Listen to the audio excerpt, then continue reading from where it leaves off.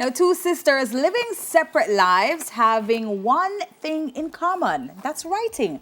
Octavia Benjamin, author of Words Beyond the Page, and Janet Benjamin, author of Bloom by 30, the Mickey Chronicles, and her newest, April Showers. Let's welcome the Benjamin sisters. Hi, ladies. Good morning. Hi, good morning.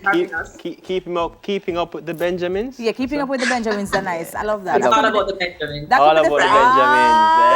All right. It is. That's why you guys are authors. All right. So how I want to start is I want to know who started writing first. Janet. Janet. I mean, I published first, so first, yeah. I published first. So you guys have been writing for a long time before, though. Yes. Okay. Pretty Yeah. much since I know how to, think thoughts, I feel like I've been writing. Tavia, you're Same. in Jamaica and Janet is in New York. But Tavia, in my description here, it says that you are the person who is not afraid to talk about your very raw emotions. So let's talk about that as an author. Because sometimes you may feel like you're not supposed to say that. And then sometimes you need to just say it. I mean, for me, what I found is that writing is a way of me processing what I'm feeling. And I found that a lot of times there are things that we are experiencing that other people are also experiencing, but they just don't have the words for it. They don't know how to express what it is that they're going through or how to get past it. And so I realized that, it's my own therapy of just processing whatever it is I'm thinking or feeling or experiencing. I just write it down, and that allows me to go through the process. And then once I shared it, I realized other people actually benefit from it. They're like, okay, that's what I wanted to say. I just didn't have the words. Yeah. So I think it's very important to be so comfortable with what it is that you are going through. Write it down, even if you're not sharing it with someone else. Just making sure that you are seeing it and owning it, because it's a part of who you are, whether it is a stage that you want to be at or not. Yeah. Janet, how does one get to that point then? Like, get to the point where you're comfortable enough writing down your own feelings on paper? Did you Janet or Tavia? Yeah, Okay, Janet, you can go ahead. I think it was something that came naturally for me. So you just have to just sit with it. One of the things I've actually been practicing is whatever I'm feeling in the moment, just don't wait for it to pass. In that moment, if whatever it is that you're going through, just write it. It doesn't matter if it sounds right or there's no wrong way to do it. In that moment when you're feeling what you're feeling, just grab a piece of pen and paper. In fact, you have a phone with tools on that phone to write. And I think it's important to really let it out, because you don't know what you might be holding on to by not writing it. Yeah. Janet, you said that, and Tevye, I want to ask you that question about emotions, feeling the emotions and actually putting them on paper. Is it that, as a writer, you must be feeling some kind of emotion for you to actually even write it? Yes, you have to. I mean, the thing is, it may be happy emotions, maybe sad, it may be in between, but there are moments for me that I have not been able to name the emotions, but I still allow myself to experience it. And that is also a part of the process of just recognizing who you are and helping yourself to get to that stage of understanding who you are and what you're going through. So it may not mean that you actually understand what it is you're going through. You don't know if it's sad or happy, but it doesn't matter.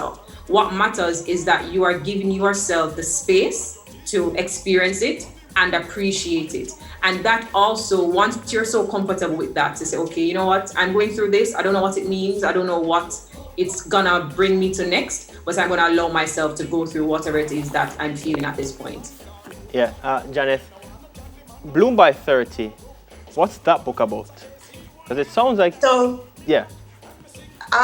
Bloom by 30 was about my coming into. Just to give you a backstory back, when I was about to turn 30, I decided to do a poetry challenge, right? In America, they celebrate April as National Poetry Month. And so it was like, okay, write 30 poems in 30 days. Can I do this? Halfway through, I was like, I could totally do this. I was writing poems every single day, sometimes 2 or 3 poems a day. But it was also the year I turned 30, and I was just feeling down, because apparently society tells us that we have to be all this and that by 30. So when I look back at everything that I'd accomplished already by 30, I started feeling good about myself. And so most of what I decided to do was like talk about my growth, talk about my journey in writing, in love, in faith with the people around me. And it's also sort of a mantra to folks to say you don't have to bloom by 30. You can come into your own life, your own way, and enjoy your own journey by any age. So bloom by 30. That's the story. It's about growth. It's about your coming into. It's about understanding that your journey is precious. Yeah. I like that. Tavia, I love this book, and I love the title already. It says Words Beyond the Page, and at the back it says Raw Soul, knowing what it feels like to feel too hard for the wrong person, the wrong thing, and to hold too close the wrong feelings. It takes a strong person to embrace their vulnerable side. This is so true. I love it. So let's talk about what's inside this one, Tavia. So much happening here already just by the title and the description. Well, Words Beyond the Page is really about me sharing my different experiences. In the book, it's in different chapters. There are prayers, say a prayer in the morning. Then it speaks about motivations. And then it also talks about love, because what's poetry without love? But the essence of the book is that no matter your experiences, there's always a deeper meaning behind it. So as the title says, the words beyond the page, there's more to the meaning of these words that are on the page. It's not just what you read there, but you can look at your life, your experiences, experience them, but you can also see the lessons that are not necessarily so obvious. You're looking beyond what is ordinary or what is obvious to the eyes. So it's really about just looking at those smaller things to see what the meaning is in any experience that you have or any interaction you have with people. And that's awesome. Janet, you spoke about April being the amount of poetry in the United States. The Poetry Box. Talk to me a little bit more about that. So the Poetry Box, I decided to do something extra with April Showers, which is my second poetry collection. I wanted people to experience a level of self-awareness and a level of self-care with that box.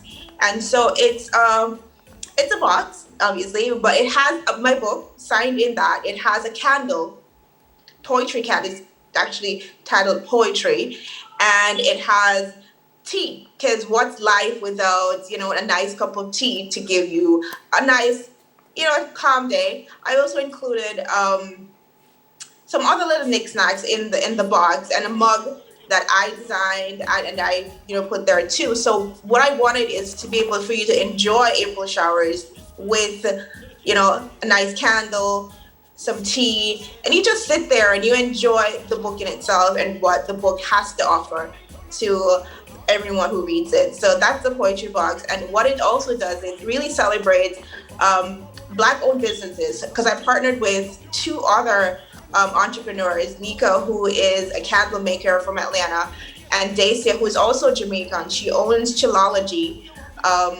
She's based in New Jersey, and she's an amazing. So I decided to make sure that I included women who are on their own self-care journey to sort of give you that kind of experience. You open the box, it smells good. Listen, the candle smells amazing. It smells good. It's a good feel. And the poems in the book are really to give you a good feeling for you to really own who you are, jump into your authenticity, and just express yourself. So, it sounded like a feel-good box type of situation. I love it. It looks like it smells good too, and I love the packaging, because what's better than a good book with a nice candle and a little cup of tea just to seal it off. Tavia, I have to ask you, Tavia, do you have any secrets that you've hidden inside this book? Speak the truth, Maybe. Tavia. Maybe. Like, it's like maybe little love stories, probably. Okay. Oh, personal experience, or is it, you made it? I can't ask the question. I'm a journalist. I have to ask the question. The book. Some of them are actually true stories, and some of them are experiences that I want to have. Okay. So, for example, it speaks about, one of them is about his muse, and it's pretty much talking about the kind of husband that I would like to have and how I'd want him to see me or treat me. That's pretty much what that poem is about. I love that. I'm creating that man in my head. Awesome. All right, before we go quickly, what is your favorite book that you've not written? Both of you. Well, That's for me, Tavia? Yeah, any of you. Okay, so far, one of my favorite books is Me Before You. It's actually a trilogy of stories by Jojo Moyes. And I like that book because it's so authentic. You are able to see all the parts of the characters. She doesn't hide anything, and you're able to see them transform into who it is that they want to be. And their journeys are not perfect. It doesn't happen fast. It's still slow as it is in real life. And so you feel like you can connect with the characters. And that's how I want people to connect with my poetry and my work. So I love that book and the trilogy that comes with it. Yeah, Janet. A book that I read or try to read every single year is Who Moved My Cheese. It's a very simple book. I've lent this book to a lot of different people because it really speaks to change.